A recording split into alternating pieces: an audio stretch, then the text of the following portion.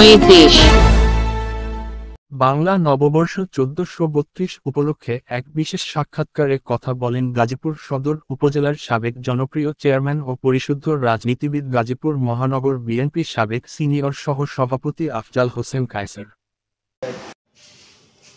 আসসালামু আলাইকুম।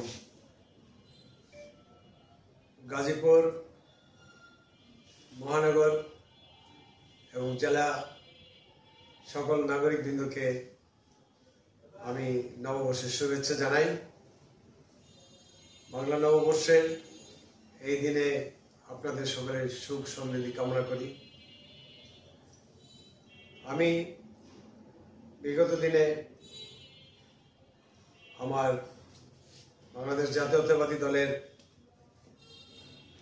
কর্মকাণ্ডে নিজেকে প্রায় ২০ বছর নিয়োজিত রেখেছি। আল্লাহর রহমতে বিগত সরকার, পতিত সরকার ১৬ বছর তারা বিতাড়িত হওয়ার পর আমরা এখন নতুন উদ্যমে গাজীপুরের উন্নয়নের জন্য কাজ করার জন্য আমরা প্রস্তুত।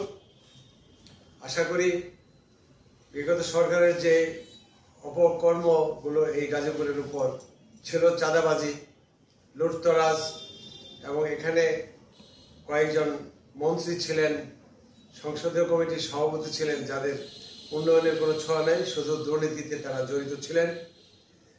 তার আলোকেই এই গাজীপুরের উন্নয়নে ব্যাহত হয়েছে এবং অনেক সমস্যা আছে, এগুলোকে আমাদের সমাধান করার জন্য লক্ষ্যে কাজ করতে হবে। তবে আমরা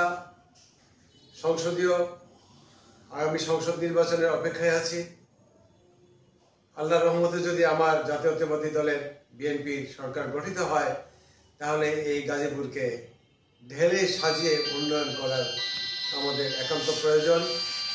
তাই আমি গাজীপুরবাসীকে অনুরোধ রাখব, আপনারা জাতীয়তাবাদী দলের প্রতি সমর্থন আপনারা অব্যাহত রাখবেন।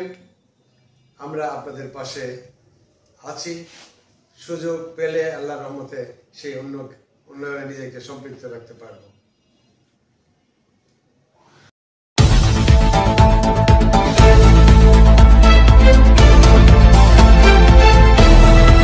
সময়ে দেশ।